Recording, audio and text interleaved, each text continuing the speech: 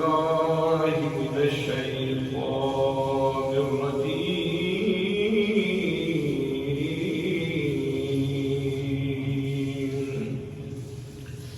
بسم الله الرحمن الرحيم. إن الصلاة تنهى عن الفحشاء والمنكر.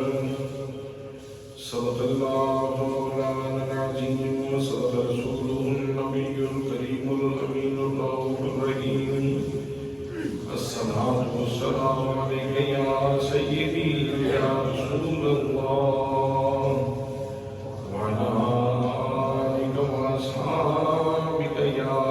سيدي يا حبيب الله.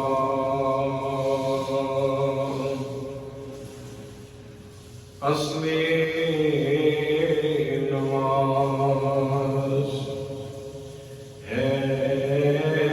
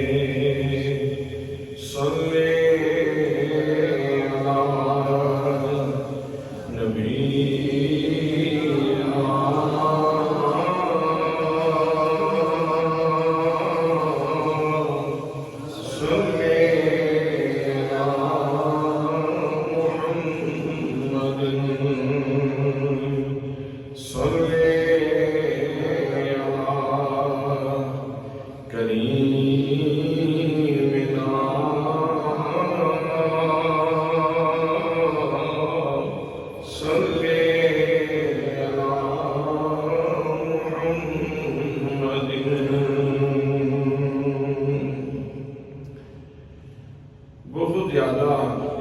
عزت و تعظیم و تکریم کے لائق میرے پیارے نبی صلی اللہ علیہ وآلہ وسلم کے پیارے غلاموں، جمعۃ المبارک کا برکتوں سے معمور دن ہے اور اللہ کریم نے ہمیں اپنے گھر میں حاضری کا شرف عطا فرمایا ہے۔ ہم اس سعادت پہ اللہ کریم کے حضور تشکر اور سپاس کے سجدے ادا کرتے ہیں کہ اللہ کریم نے ہمیں یہ توفیق عطا فرمائی۔ آج کے خطبہ جمعۃ المبارک میں میں نماز کے حوالے سے چند باتیں آپ کی سماعتوں کی نظر کر رہا ہوں۔ دعا ہے کہ اللہ کریم مجھے حق کہنے کی توفیق پر رحمت فرمائے اور ہم سب کو عمل کرنے کی توفیقات سے نوازے۔ برادران اسلام، انسان جو اللہ کریم کا خلیفہ ہے اور جو اللہ کریم کی محبوب مخلوق ہے، اس کو اللہ کریم نے پیدا فرمایا، جسم و روح کا مجموعہ بنایا اور اس جہان رنگ و روح میں اتار دیا۔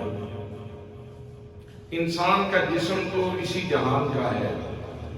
آگ سے، پانی سے، ہوا سے، مٹی سے بنا ہے، لیکن روح یہ عالم بالا کی چیز ہے،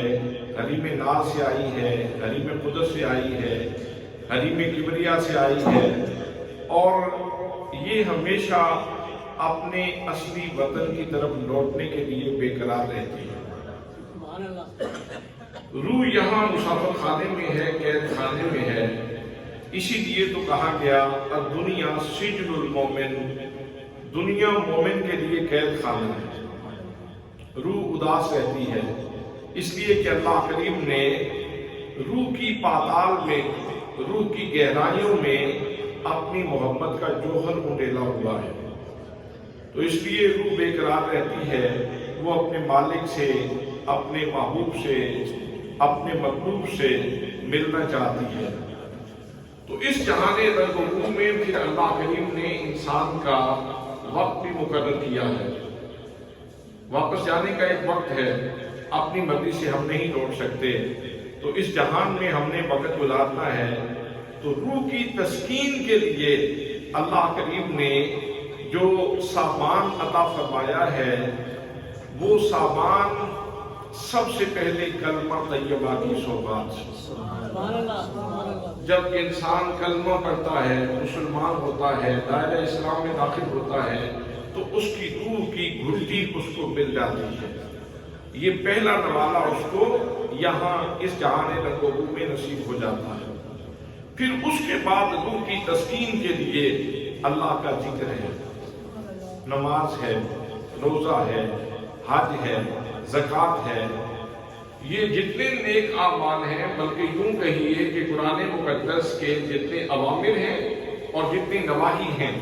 اگر آپ اوامر کے اوپر عمل کرتے ہیں تو اس سے بھی آپ کی روح کو تسکین ملتی ہے۔ اور جن چیزوں سے اللہ کریم نے اس کے پیارے حبیب صلی اللہ تعالیٰ علیہ وسلم نے روکا ہے، اس سے اگر آپ ارادی طور پر رکتے ہیں،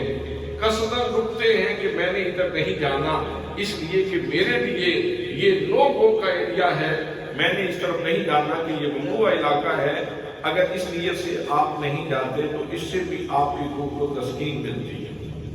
حضرات محترم، انسانی روح کی تسکین کا جو ایک بہت بڑا سامان اللہ کریم نے عطا فرمایا ہے، وہ نماز کی صورت میں عطا فرمایا۔ احکام تو میرے رب کے بہت سارے ہیں۔ اللہ نے زکوٰۃ کی ادائیگی کا حکم بھی دیا ہے، روزہ رکھنے کا حکم بھی دیا ہے، حج کا حکم بھی دیا ہے، عمرے کا حکم بھی دیا ہے، اور بھی بہت سارے اوامر موجود ہیں۔ لیکن وہ جتنے کے جتنے احکام ہیں، سارے کے سارے اللہ کریم نے یہاں زمین کے اوپر بھیجے۔ حضرت جبریل امین کے ذریعے اللہ کریم نے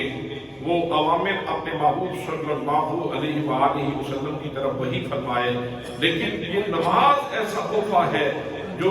خالق محمد نے، مالک محمد نے اپنے محبوب کو اپنے حریم ناز میں بلا کر، اپنے حریم کبریا میں بلا کر اپنے محبوب کو یہ تحفہ عطا فرمایا۔ اور پھر نبی مقدم صلی اللہ تعالیٰ علیہ وسلم کی حدیث پاک کا مفہوم ہے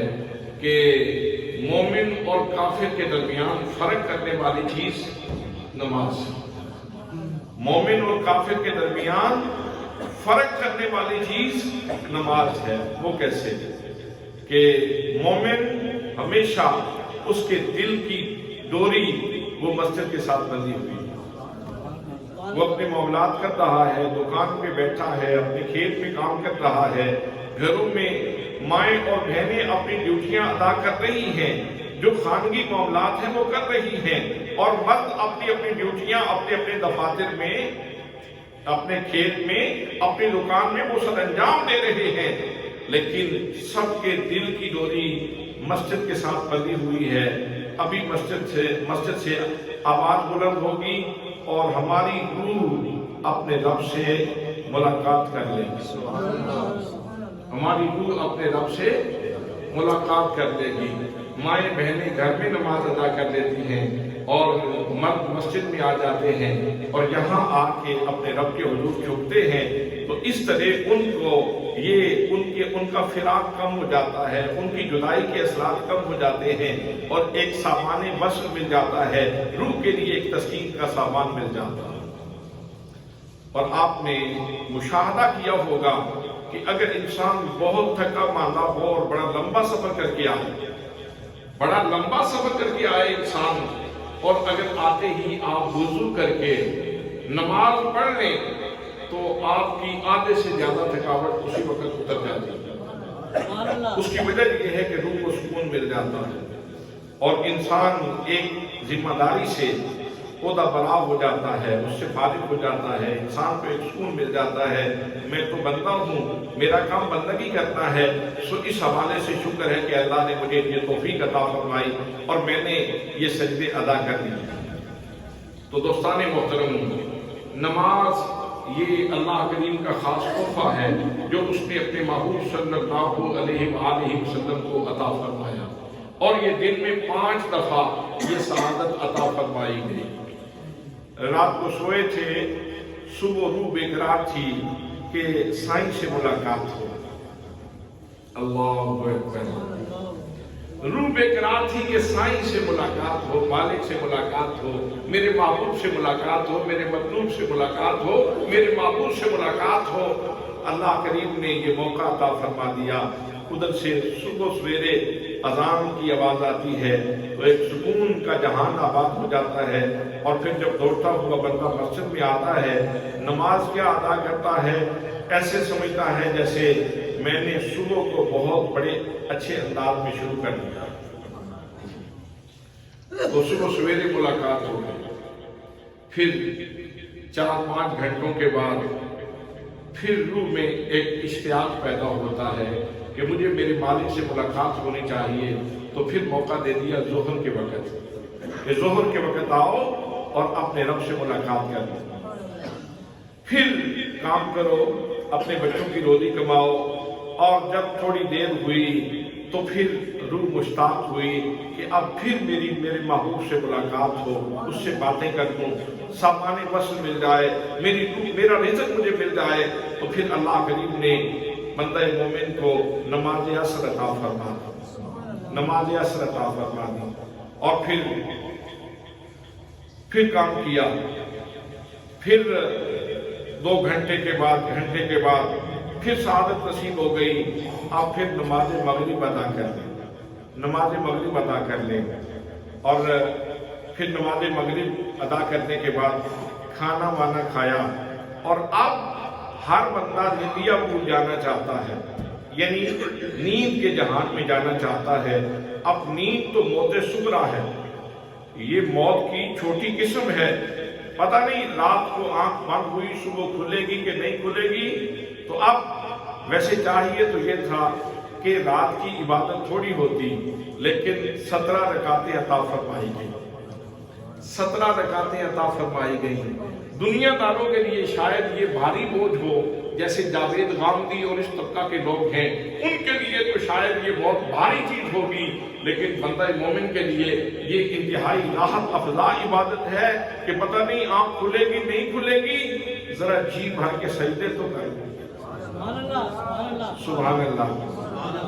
وہ حضرت بابا فرید الدین مسعود گنج شکر رحمت اللہ تعالیٰ علیہ کی کیا حسین بات ہے۔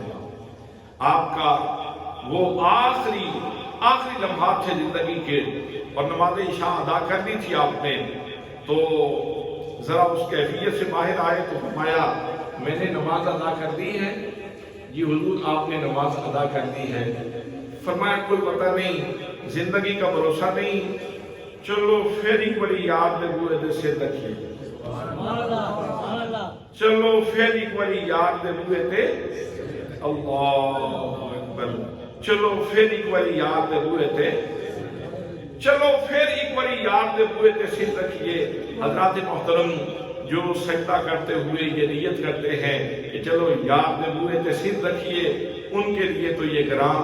عبادت نہیں ہے، کوئی زیادہ نہیں ہے۔ وہ تو ہر سجدہ شوق کا سجدہ کرتے ہیں، اور ہر سجدے کے اندر ان کو لطافت نصیب ہوتی ہے، ان کو سکون نصیب ہوتا ہے، ان کو راحت نصیب ہوتی ہے۔ وہ ایک سے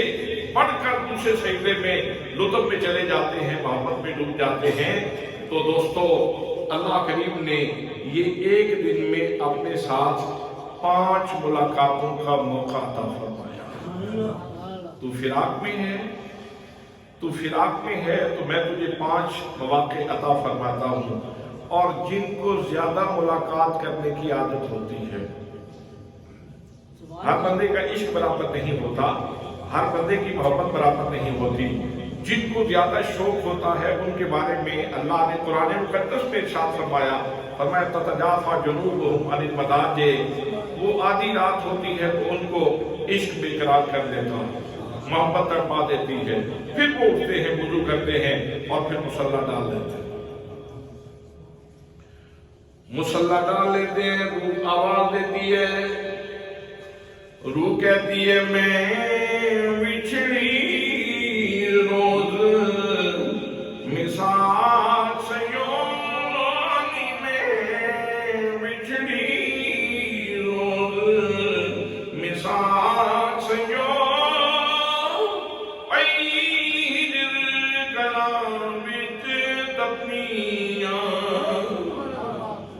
نالے چرخا کتان نالے یا کران نالے چرخا کتان نالے یا کران پینم مہیدہ جبنیاں نالے چرخا کتان نالے نالے چرخا کتان نالے یا کران پینم مہیدہ جبنیاں۔ حضرات محترم، یہ نماز صرف نماز نہیں ہے، یہ صرف چند ارکان ادا کرنے کا نام نہیں ہے، بلکہ نماز تو اللہ کریم سے ملاقات کا نام ہے۔ اور لوگوں، نماز تو اللہ کریم سے باتیں کرنے کا نام ہے، اور ایک فراق زدہ بندے کا اپنے محبوب سے مل جانے کا نام ہے۔ نماز سے تو دوریاں دور ہوتی ہیں، نماز سے تو مجبوریاں دور ہوتی ہیں، اور نماز میں بندہ اللہ کریم کے وصل کے جہان میں چلا جاتا ہے۔ میرے آقا کریم صلی اللہ علیہ وسلم نے اسی لیے تو ارشاد فرمایا الصلاۃ معراج المومنین، فرمایا نماز مومنوں کے لیے معراج ہے۔ نماز مومن کے لیے معراج کا درجہ رکھتی ہے۔ اس کا مطلب یہ ہے کہ جب بندہ مومن کھڑا تو فرش کے اوپر ہوتا ہے، لیکن نماز میں اس کی ملاقات عرش والے کے ساتھ ہو جاتی ہے، اس کی نظر عرش کے اوپر ہوتی ہے، اور اللہ کریم کی بارگاہ سے، عرش والے کی بارگاہ سے اس کے اوپر انوار و تجلیات نازل ہو رہے ہوتے ہیں۔ میرے آقا کریم صلی اللہ علیہ وسلم نے ایک موقع پہ صحابہ کرام سے ارشاد فرمایا او میرے صحابہ کرام، ذرا یہ بات تو بتاؤ، اگر کسی کے گھر کے سامنے سے نہر بہ رہی ہو، اتنا لطیف ارشاد ہے کہ اگر انسان اس کے اوپر محبت سے غور و فکر کرے تو محبت کے کئی دریچے یہاں سے کھلتے ہیں، محبت کے کئی دروازے یہاں سے کھلتے ہیں۔ فرمایا میرے صحابہ کرام، اگر کسی کے دروازے کے سامنے سے نہر بہتی ہو اور وہ اس میں دن میں 5 دفعہ غسل کرے، بتلاؤ اس کے جسم کے اوپر کوئی میل کچیل رہ جائے گی؟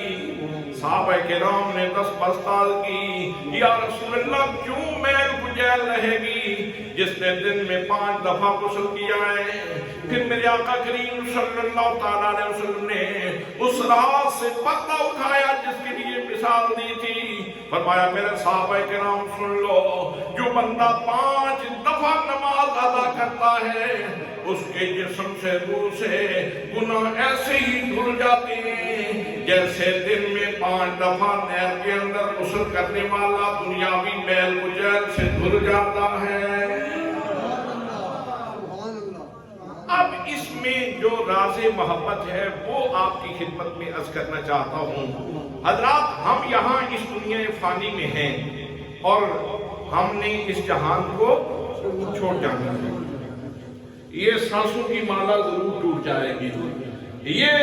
سانسوں کے دانے ضرور بکھر جائیں گے، یہ مالا ضرور ٹوٹ جائے گی، اور ایک دن اس جہان کو چھوڑ کے خیر آباد کہہ کے ہم نے اپنے رب کے حضور چلے جانا ہے۔ اور اللہ سے ہمارا تعلق کیا ہے؟ اللہ سے ہمارا تعلق محب اور محبوب کا تعلق ہے، مالک اور مملوک کا تعلق ہے، خالق اور مخلوق کا تعلق ہے۔ اللہ کریم سے ہمارا تعلق محب اور محبوب کا تعلق ہے۔ حضرات، میرے آقا کریم صلی اللہ علیہ وسلم اسی مقصد کے لیے تو تشریف لائے تھے اور بار بار ارشاد فرماتے تھے، لوگوں میرے رب سے پیار کرو، میرے رب سے محبت کرو، میرے رب کی الفت میں ڈوب جاؤ، اور پھر یہ نسخے بھی عطا فرمائے کہ میری اتباع کرو، میرے پیچھے پیچھے چلو گے تو اللہ کریم تمہیں محبوب بنا دے گا۔ اب میں آپ کی خدمت میں عرض یہ کرنا چاہتا ہوں کہ اگر آپ نے اپنے کسی دوست کے پاس جانا ہو تو کیا گندے کپڑوں کے ساتھ جسم کے اوپر مٹی لگی ہوئی ہو، گندے کپڑے ہوں، جوتا گندا ہو اور سارا جسم پوشیدہ ہو اور کوئی حالت نہ ہو، تو اسی حالت میں بندہ اٹھ کے چلا جاتا ہے دوست کے پاس؟ انسان اس کے لیے تیاری کرتا ہے۔ گھر والے پوچھیں کہ آج ماشاءاللہ بڑی تیاری ہو رہی ہے، کیا وجہ ہے؟ تو جواب ملتا ہے وہ میرے بہت گہرے دوست ہیں جن سے ملنے کے لیے جانا ہے، میرا بہت گہرا دوست ہے جس سے ملنے کے لیے میں نے جانا ہے، اس لیے آج میں نہا رہا ہوں، میں کپڑے بدل رہا ہوں، میں خوشبو لگا رہا ہوں، میں چاہتا ہوں کہ میں جب اس کی بارگاہ میں میں اس کے پاس جاؤں تو اس کی طبیعت پہ میرا جانا ناگوار نہ گزرے، وہ بوجھ نہ سمجھے، میں اس کی بارگاہ میں اس طرح جانا چاہتا ہوں کہ وہ خوش ہو جائے، اس لیے نہا رہا ہوں، اس لیے کپڑے بدل رہا ہوں، اس لیے خوشبو لگا رہا ہوں۔ حضرات، تو ہم نے بھی تو اس جہان سے چلے جانا ہے، مسافر ہے، اس نے گھر لوٹنا ہے، اور جانا کہاں ہے؟ اللہ کے حضور، اور اللہ کے ساتھ ہمارا محب اور محبوب کا تعلق ہے، تو زندگی کا چونکہ پتہ نہیں کہ کس وقت موت آ جائے گی، لیکن آنی تو اسی دن اور رات کے اندر ہے، تو دن میں یہ 5 نمازیں اس لیے عطا فرمائیں کہ صبح غسل کر لے، ہو سکتا ہے تیری آج جانے کی تیاری ہو سکتا ہے آج فجر کے بعد تیرے جانے کی تیاری ہو جائے، پھر ظہر کے بعد پھر غسل کر لے، نماز کی لہر میں نہا لے تاکہ محل کچھ اتر جائے، ہو سکتا ہے اس کے بعد جانے کی تیاری ہو جائے۔ اللہ، پھر نماز عصر ادا کرتا ہے بندہ، اس لیے کہ نہا لو، ہو سکتا ہے اسی کے بعد جانے کی تیاری ہو، مالک کا فیصلہ آ جائے۔ پھر نماز مغرب کے بعد، پھر نماز مغرب ہے، کہا کہ نماز مغرب ادا کر لو، غسل کر لو اس نہر محبت میں، اس نہر شوق میں غسل کر لو، ہو سکتا ہے اس کے بعد تجھے بلاوا آ جائے، نکارہ مچ جائے، اللہ کا پیامی آ جائے اور وہ آ کے کہے کہ چلو جی واپس چلو۔ پھر اس کے بعد نماز عشاء ہے، غسل کر لو اس نہر شوق میں جسے نماز کہتے ہیں، تاکہ تیرے جسم کے اوپر آج دن بھر کی کوئی غلاظت، کوئی گندگی رہ گئی ہے تیری روح کے اوپر تو وہ ساری کی ساری اتر جائے، تیرا آئینہ دل مصفا ہو جائے، تو صاف ہو جائے، ہو سکتا ہے کہ آج تیرا بلاوا آ جائے۔ وہ ہمارے ایک دوست ہیں، پیر بھائی ہیں، حلقہ ارادت میں بھی ہیں، وہ بڑی محبت سے فجر کی اذان کے بعد یہ شعر پڑھتے ہیں اور مجھے بڑا اچھا لگتا ہے اور میں بڑے شوق سے سنتا ہوں اور انہیں کہتا بھی ہوں کہ ضرور یہ پڑھا کریں۔ وہ پڑھتے ہیں کی ہویا جے قیدی ہویا، کی ہویا جے قیدی ہویا تے صدا نہیں قیدی